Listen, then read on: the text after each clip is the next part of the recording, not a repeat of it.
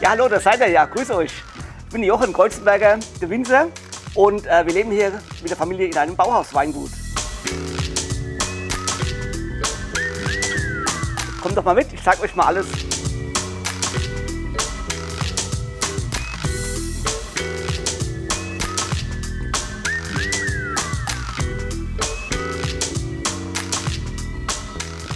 Das hat mein Großvater 1929, also das sind 94 Jahre her, hat er es genau so gebaut, wie es heute da steht. Original im Bauhausgedanke.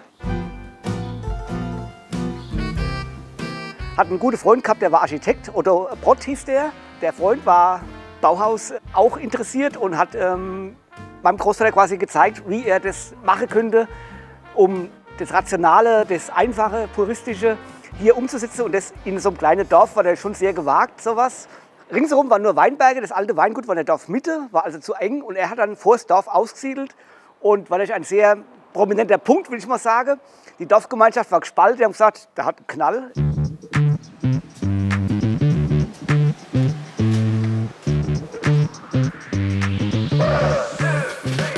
Ja, das ist ein interessantes Foto hier. Es stammt aus den Kriegsjahren von 1944. Und man sieht auch hier, wie es noch komplett frei steht. Und das Foto wurde von einem alliierten Bomber gemacht. Und zwar haben die das Haus als Orientierungspunkt genommen. Und die sind über das Haus geflogen, haben hier abgedreht und sind dann Richtung BASF geflogen und Ludwigshafen, Mannheim von hier aus angeflogen.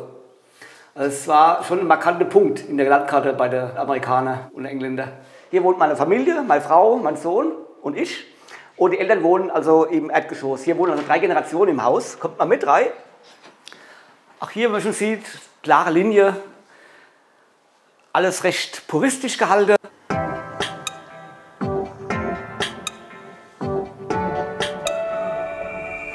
Es ist einfach das Gefühl, das Bauhausgefühl. Also es ist immer ein tieferer Sinn dahinter. Es ist nicht nur einfach, dass es schön aussieht, sondern eine gewisse Logik ist dahinter. Da ist auch meine Frau, die Beate. Hallo, grüßt euch. Und hier merkt man auch, dass wir halt das ganz Einfache mögen im Prinzip. Wir leben das einfach, das ist unsere Leidenschaft. Ja, da haben wir es echt gefunden in dem Bereich, ja genau. Ich liebe Blumen, Blumen müssen immer sein. Ich liebe das Bild, das ist von 1923. Das ist Bleistift gezeichnet, klare Linie. Ich liebe einfach die Vase, die Schlichtheit. Ich könnte mir stundenlang das Bild anschauen, das beruhigt. Das ist einfach mein Lieblingsbild.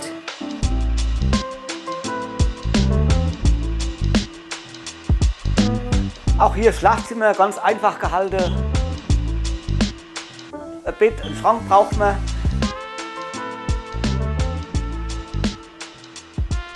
Nicht immer einen Wecker brauchen wir, weil hier haben wir eine große Fensterfront, typisch Bauhaus, diese 6 Meter freitragende Fenster, viel Licht von draußen.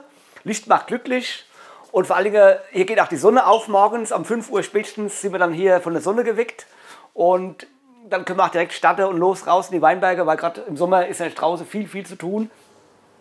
Das war jetzt mal kurz die Wohnung. Jetzt gehen wir mal dahin, wo es für uns viel wichtiger ist, wo man es viel mehr aufhalten. Da kommt einfach mit.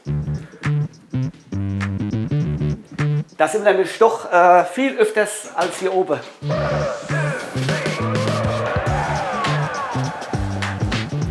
2002 haben wir das Weingut übernommen von den Eltern, meine Frau und ich. Und 2004 haben wir dann einen Neubau dazu gebaut und auch das ganze Weingut komplett umgebaut, neu konzipiert, neue Wege, neue Abläufe.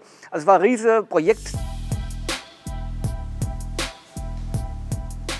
Vater war sehr skeptisch anfangs, aber wir haben ihn dann überzeugt. Ich habe das Glück gehabt, dass der Architekt auf uns zugelaufen ist, Heribert Hamann, und kam hier einfach mal rein und hat gesagt, ah, ist das wirklich ein Originalgebäude? Und als dann die Planung für den Neubau in die Planung ging, war klar, wer das macht. Und da haben wir zusammengesessen, weil ein kongeniales Team, also hat wirklich super geklappt mit ihm.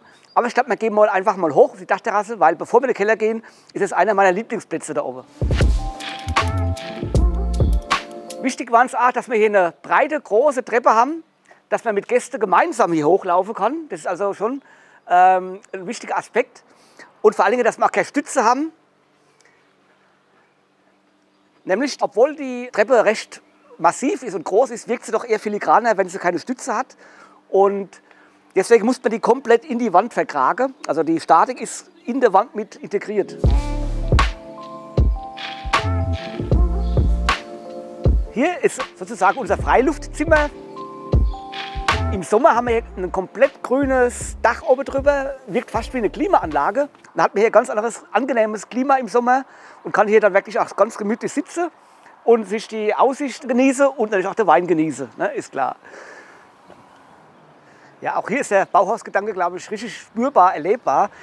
Die Pergola zum Beispiel, ganz schlicht gehalten, ganz einfach funktional. Das ist der Grundgedanke ja überhaupt, dass die Form der Funktion folgt. Und deswegen auch ganz schlicht diese Stahlträgerkonstruktion, der Unterzug drin, dass wir keine Stütze brauchen. Auch hier wiederum war technisch gar nicht so einfach zu lösen. Aber der Heribert Hamann, das ist schon natürlich ein Top-Architekt, der hat es dann wirklich mit viel Gefühl auch gelöst.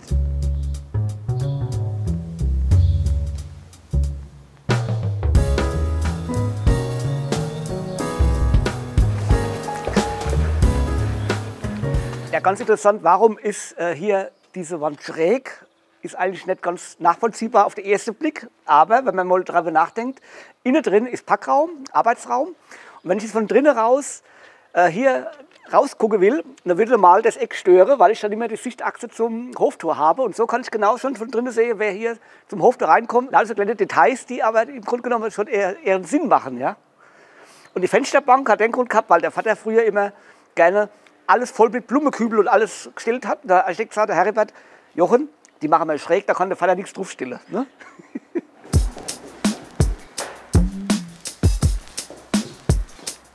Hier lagern wir so unsere Rotweine im Barrikfass oder im großen Eichefass. Das ist jetzt unterm Wohngebäude vom Großvater Emil. Da vorne sehen wir auch diese Rundung und die hat den Keller komplett mit den Natursteinen rausgemauert. Und zwar die Steine, die sie quasi hier vor Ort beim Ausgraben von Hand, und die Steine haben sie auf die Seite gesetzt und daraus den kompletten Keller rausgemauert. Fürs Klima natürlich perfekt, für die Feuchtigkeit und bringt auch eine schöne Stimmung hier in den Keller, finde ich. So, Probierstube. Auch hier ganz schlicht, Bauhaus kann man richtig greifen, gerade Strukturen. Die alten Fenster noch drin aus den 30er Jahren. Und hier trifft sich ja auch der Altbau mit dem Neubau.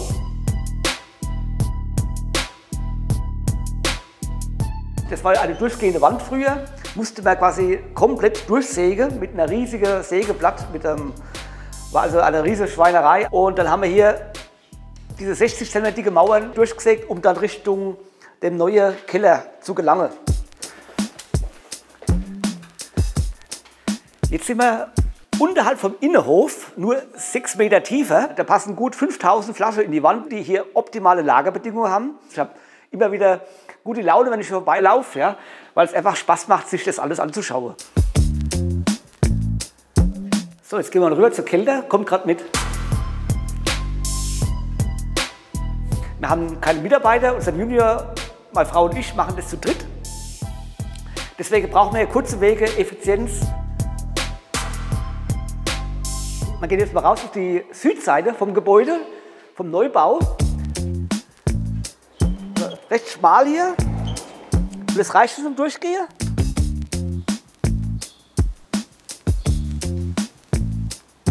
Also die Bauhausidee folgt der Funktion, kann man glaube ich besser erklären wie hier. Hier haben wir die Rundung nochmal aufgenommen, weil hier der Traktor runterkommt mit dem Anhänger, mit dem Gerät und hier um die Kurve fahrt. Und da würde ein Eck, wäre ja absolut sinnlos hier. Und das war mit dem Grund, dass wir das hier quasi abgerundet haben und auch die Vorlage vom alten Gebäude noch mal hier quasi aufgenommen haben. So, jetzt gehen wir hoch Richtung Packraum. Kommt gerade mal mit. Und hier war die Herausforderung. Diese Rundung hat man von vorne im Prinzip wieder aufgenommen, wurde aber komplett vor Ort geschalt. Also war technisch gesehen ein riesiger Aufwand. Haben da extra noch die Schalungslöcher, die Abstandshalter haben wir drin gelassen, so ein bisschen als Sichtbetonwand, um so ein bisschen auch die Kraft dieser Wand und dieser Rundung zu dokumentieren.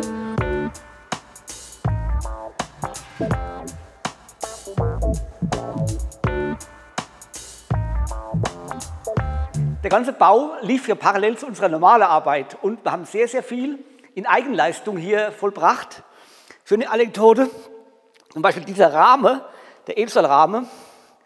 Den haben wir nachts um 2 Uhr hier eingeschweißt, weil einen Tag drauf kam der Beton und da musste alles soweit fertig sein. Da gab es keine andere Möglichkeit, wie nachts um 2 Uhr hier zu sitzen mit dem Schweißbrenner und haben dann hier quasi den Rahmen eingebaut. Ne? Auch die Tür ist nicht aus Luxus so groß, sondern die ist deswegen so groß, dass der Stapler da einfach durchfahren kann. Denn so kommen wir auch rüber in den Packraum.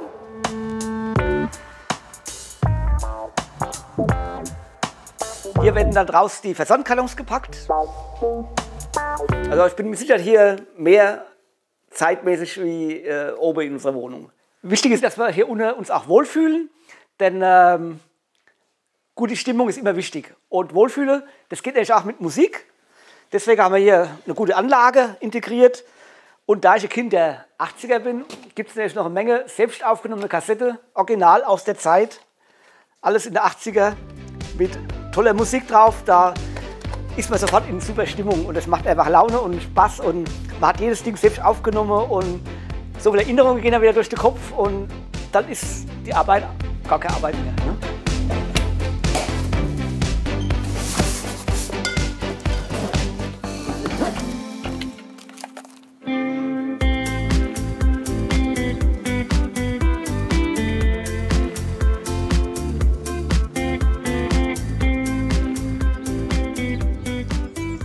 Wenn man eine solche tolle Steilvorlage vom Großvater geliefert bekommt und das nicht aufgreift, ja, dann wäre man eigentlich fehl am Platze hier. Es ist jetzt schon einige Jahre her, wo wir gebaut haben und ich bin einfach happy und glücklich und bin immer gut gelaunt. Ich glaube, das ist ein ganz wichtiger Punkt, dass man zufrieden ist mit dem, was man erreicht hat, zufrieden ist mit dem, was man macht und dann ist man einfach glücklich.